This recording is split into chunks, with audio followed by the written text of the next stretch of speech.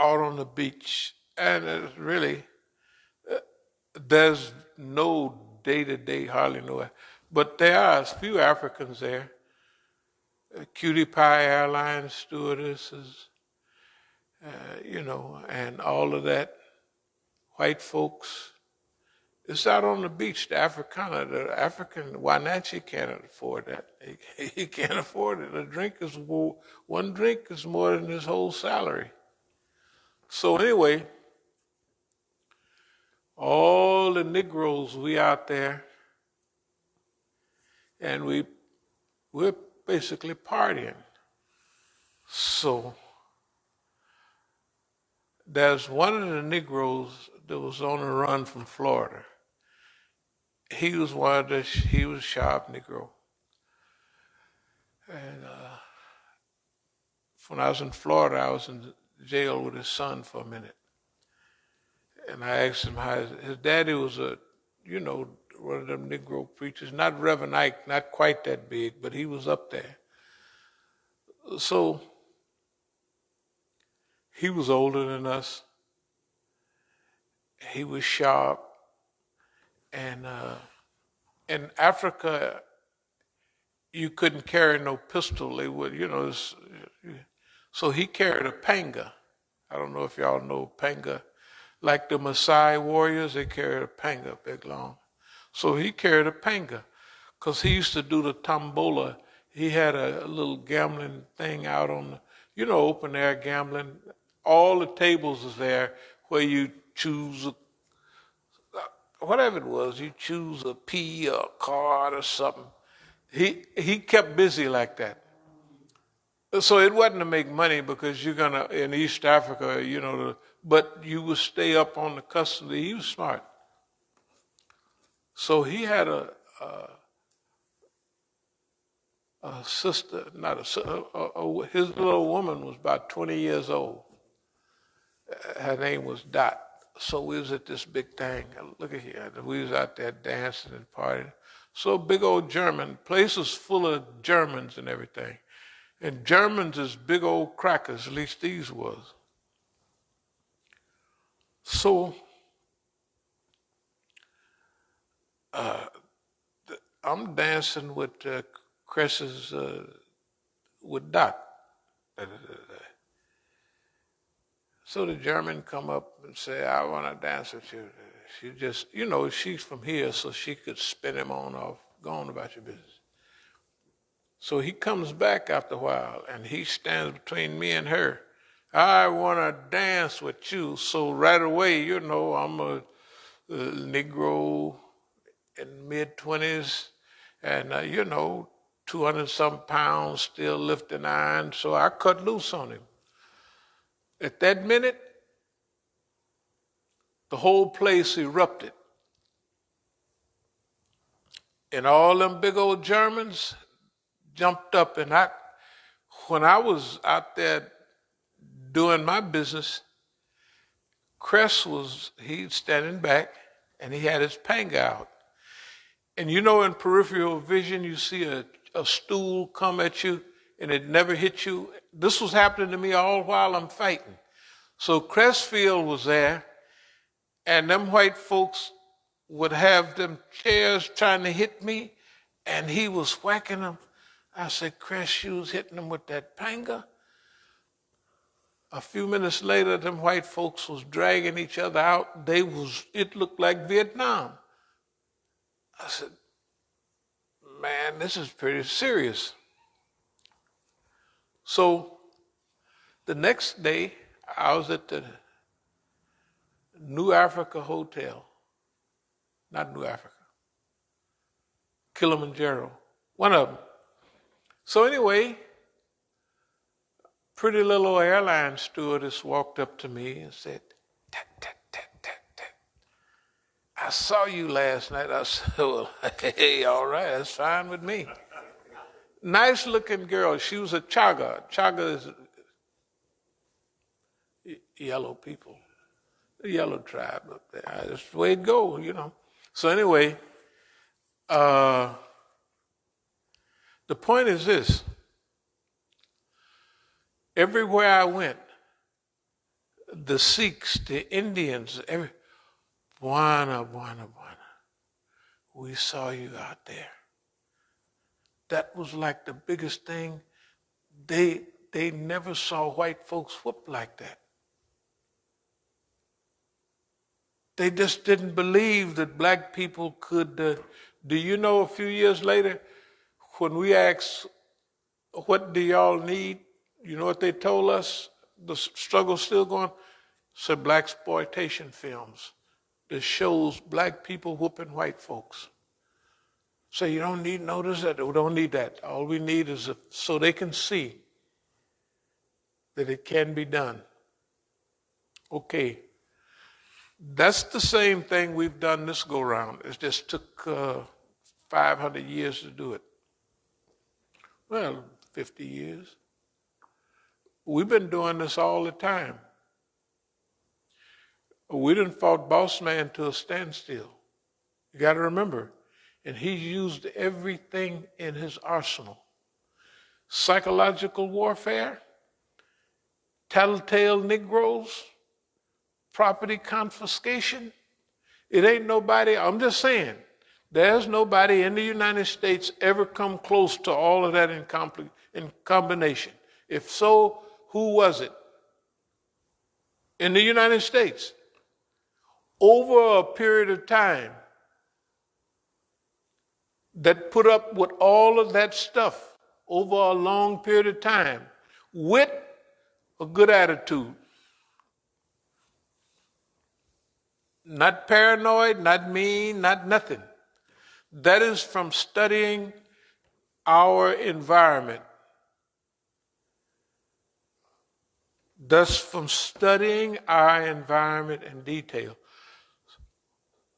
When you study your environment, it gives you an input.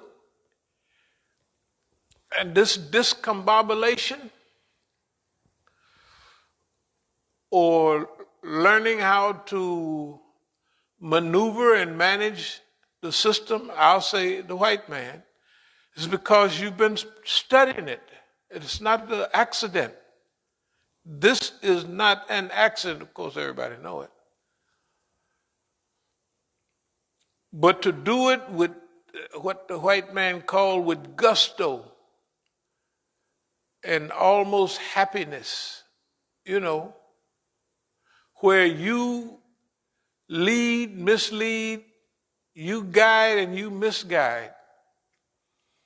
And you study your mark better than he studies you. You got to be on the money because he has everybody with him. Everybody's on his team. That's the first thing you got to remember, but that's the first thing you know. You know, boss man got folks on his team. And then how are you going to use that to your advantage? You're going to use it to a disadvantage to him. You do all kind of things. I'm telling you, all of this stuff is possible and it's a reality, and we did it right in front of everybody's face. So everybody would know this can be done, it should be done, and now we're getting ready to take it to a final level. Not final level, but another level for where we are in the time in which we live in. Okay, included in that is forecasting, expectation, anticipation, and all that. All those things we've talked about and we've written articles and all that on that. Anticipation, anticipating. Now you got to remember, boss man is here in America. And he don't recognize that he ever lost nothing, no fight or nothing. Of course, he done lost every fight boss man had recently. But you got to remember what he thinks about himself.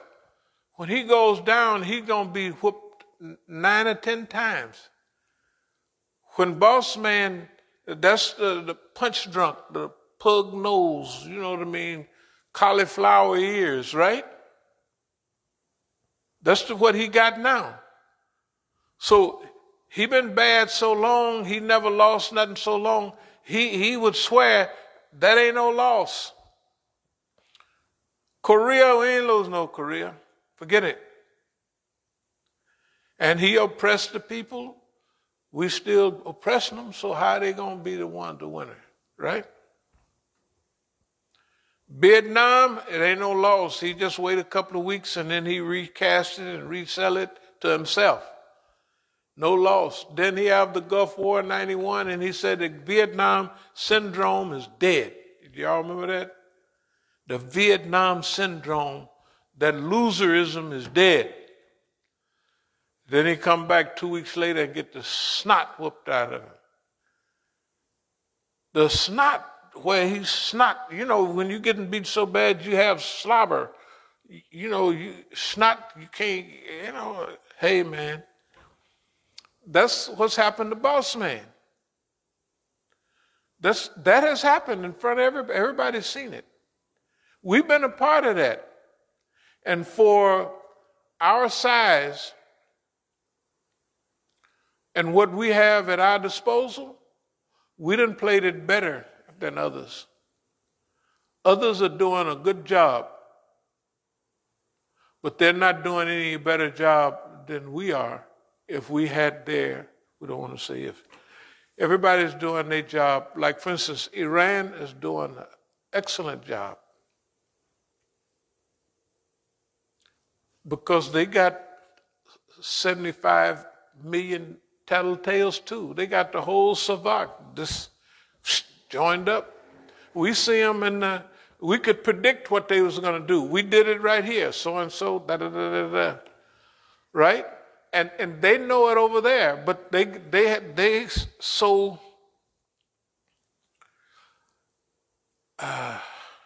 not imprisoned by, but if they were to crack down on all these snitches, the people would they couldn't be all, but if you have an election, you look who's on the house arrest. 2 or 3 presidents passed, right? They on the house arrest. You ain't heard nothing from them. They on the house arrest. They on the house arrest. Those people know it. Musavi, he was a minister. Musavi was so bad, he canceled out a $11 billion debt that Iran had economically. He managed the economy so well. During the war, he canceled out an $11 billion debt that Iran had to America. Canceled it out. While under all of this other stuff. So the guy is serious. But then he come up with the greens and we could do it this way or that way. Right? And so-and-so, what is it he's talking about?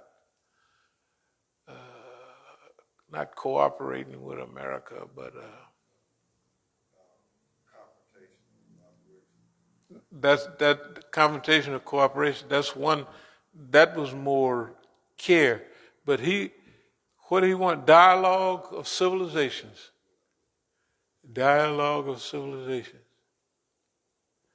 Okay, you ain't heard from him lately.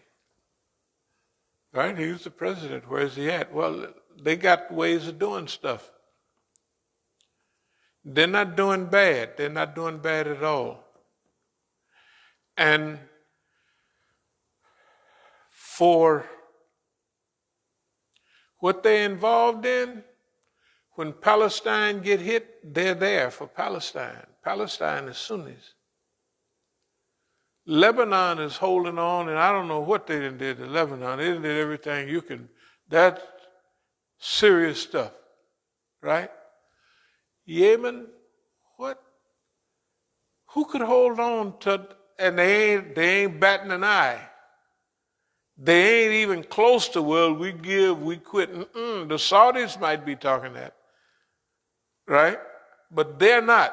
Oh, no, we here to stay. You wanted to get over here? Come on. Yeah. Okay. So you got to remember, Syria, half of the countries in Europe, and the other country is destroyed. It's not but 2 or 3 blocks that's still a city. The ancient markets from Babylonian times, destroyed, all that stuff. The greatest market in the Middle East almost, except for the one in Tehran, is finished, destroyed. All artifacts, they stole all the artifacts from Syria, from Iraq. You know, this is the Hanging Gardens of Babylon stuff, Mesopotamia stuff. You know, stuff that you can't replace. The U.S. said, go ahead, you can have all of it you want. And steal oil too. Can you imagine right now the U.S. is still in Syria, they just hold on to a little piece so they can pump the oil out and give it to somebody else or use whatever they want for themselves. Can you imagine?